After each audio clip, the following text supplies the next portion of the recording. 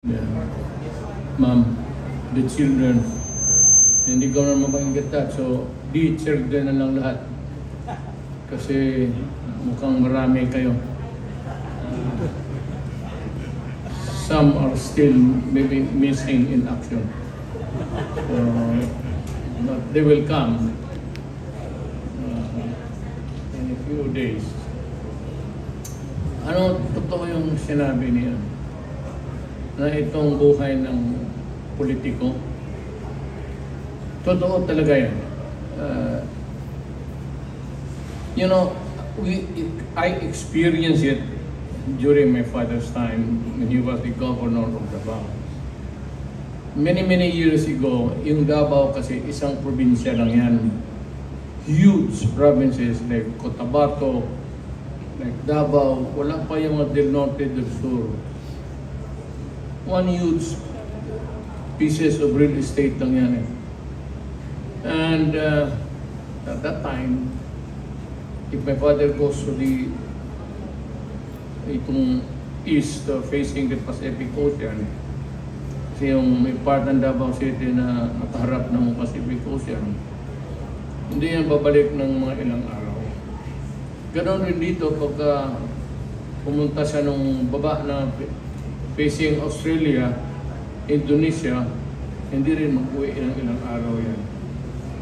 And same dito na. So malaking malawak at maraming problema na hinaharap ng isang public employee kagaya natin. I never liked it because it was almost a dysfunctional family. We seldom see our father, and we cannot even ask for his advice because he was aloof and a little bit strict. And he was all focused on what he had to do for his country. Una yung Davao. Noong na mayor ako, ganoon rin ang nangyari sa pamilya ko. As a matter of fact, I would not attribute it to my absence, frequent absences alone. Na yun ang rason bakit naghiwalay kami sa unang asawa ko. Nag-asawa ako ulit, so may dalawang pamilya ko. Yung unang pamilya ko, sila Inday, si Polong, si Congressman, and the mayor now who is Pastor. And I have another child with Manilet. Yung nanay nila si Zimmerman, si Elizabeth. Itong si Kitty naman, Manilet ang nanay. So, nakadalawang asawa ako. But maybe not really because hindi kami magkaintindihan. But the frequent absences. In most of the time, mag-birthday yung anak mo, wala ka. So, sisihin ka ng asawa mo. Pag hinakit yung asawa mo, anong importante, anniversary, nakalimutan mo naman kung ilabang anniversary natin, kasal natin. Those are the nitty-gritty things in a marriage na hindi nakukuha namin mga politiko. I would say that it is happening now also to Inday. Maybe iba ang diskarte niya, the better because dinala niya yung pamilya niya dito. Yung Vice President. Pero totoo talaga yung dysfunctional or there is a dysfunction in a family of a politician. Pero na lang kung tamad na ayaw magtrabaho, uwi ka na 5, hindi ganoon eh. Madaling araw, sabi mo nga, may ng gatas, may namatay, may nadisgrasya, sunog, lahat titindig ka talaga.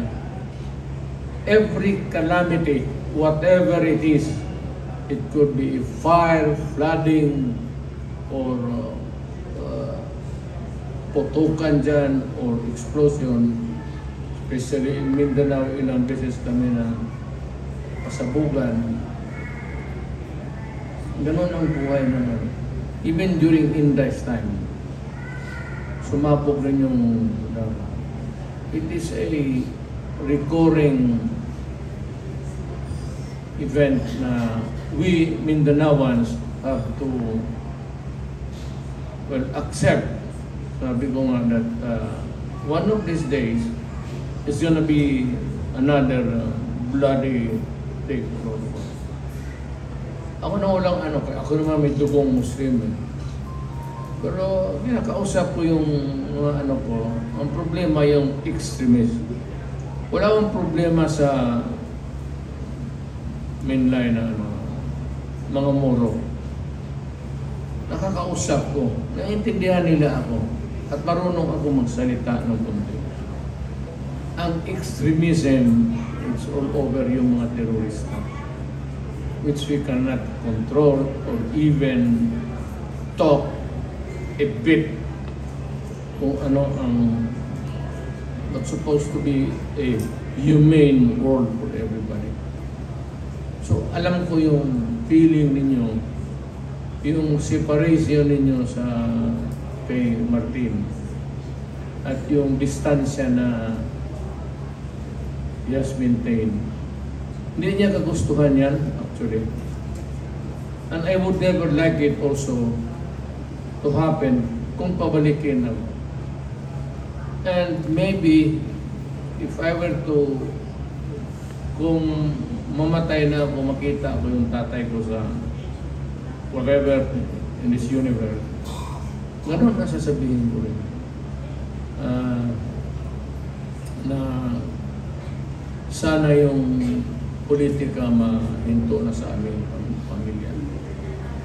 Maybe this will be the last time. After all, we have ruled Davao for almost 60 years. Ako lang yung pagka-mayor ko, so it's about 23 years. Plus 4 years as a congressman, 4 years as a vice mayor under Inday, kasi hindi ako makatakbo for the 4th time, then as president. Gusto kong bumawi para hindi mo na mabalik ang panahon. At kung nandiyan ka naman, wala ka rin magawa. Sa Malacanang, yung papel lang na pinapasa sa akin, pulto yan. Yung misa gano'n. Gano'n yan. Every night. Kasi ako, abogado, even with the clearance nila, buong patin, I still have to read it. And that is why it takes me a lot of time until morning time. Kaya hindi na ako nakabawi since the presidency. Pumayat ako nung pumayat, lalo na ngayong matanda na ako. Well, in this time, pag matanda ka na talaga, lower ang appetite mo. You hate to move around. You feel weak. Not because you want it, but because nakapagod na rin. Even with the treadmill, talagang that's the life of it. So naintindihan ko lahat. Sabihin ko naman, in his behalf, sabihin ko sa patawarin na lang ninyo si Martin. Ganoon talaga ang buhay niya. At yun ang pinili niya. And he was a worker. Period. A worker even maybe before. But he was the one who approached me to, sabi niya magtulong ako sa kanya. I do not know kung paano niya ako na-assess noon o na-evaluate na nagkaroon siya ng belief sa akin na magsuporta siya. So I appreciated his help and we worked together for 6 years. And his performance outstanding as an undersecretary.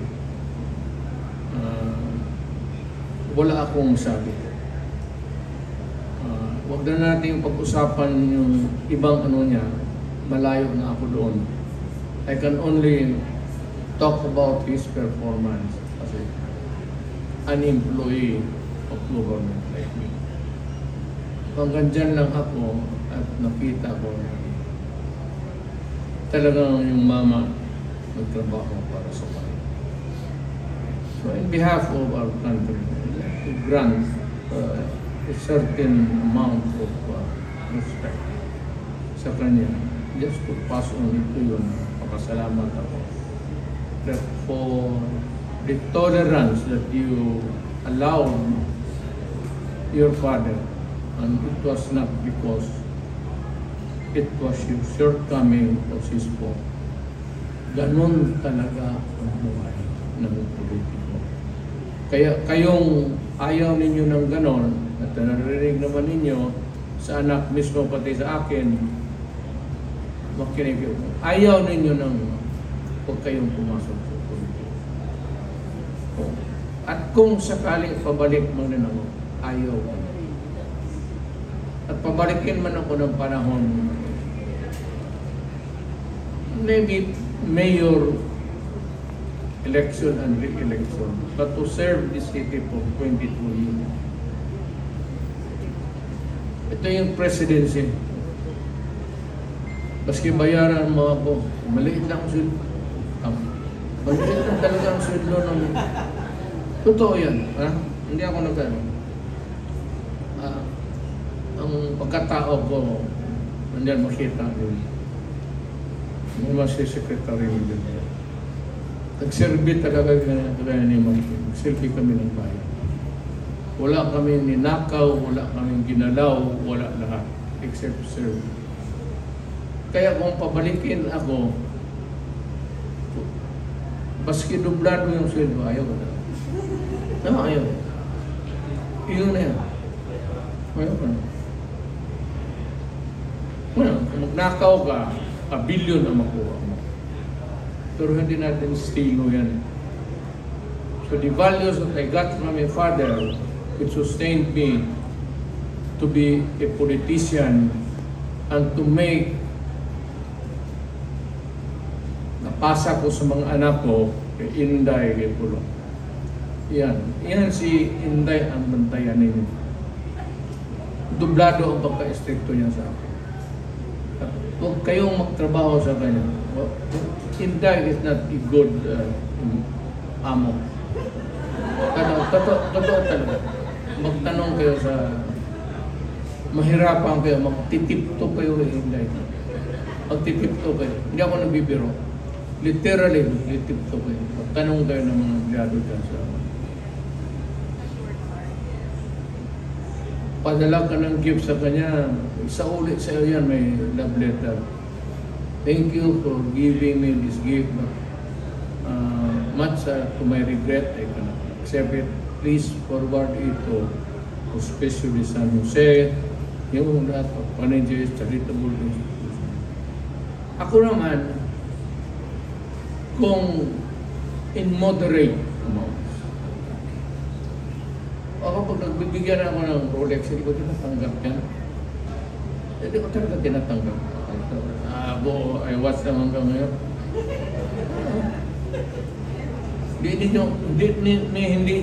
Hindi ninyo nakita minsan na nagsuot ako ng gold.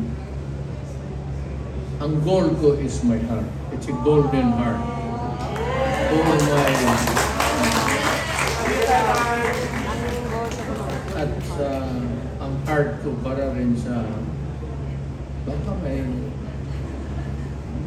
wala ba makita tayo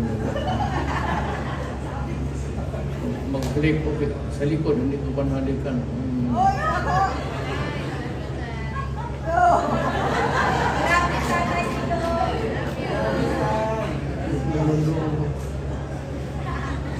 Hindi pa nakatingin dito. Sinasadya siguro. But anyway,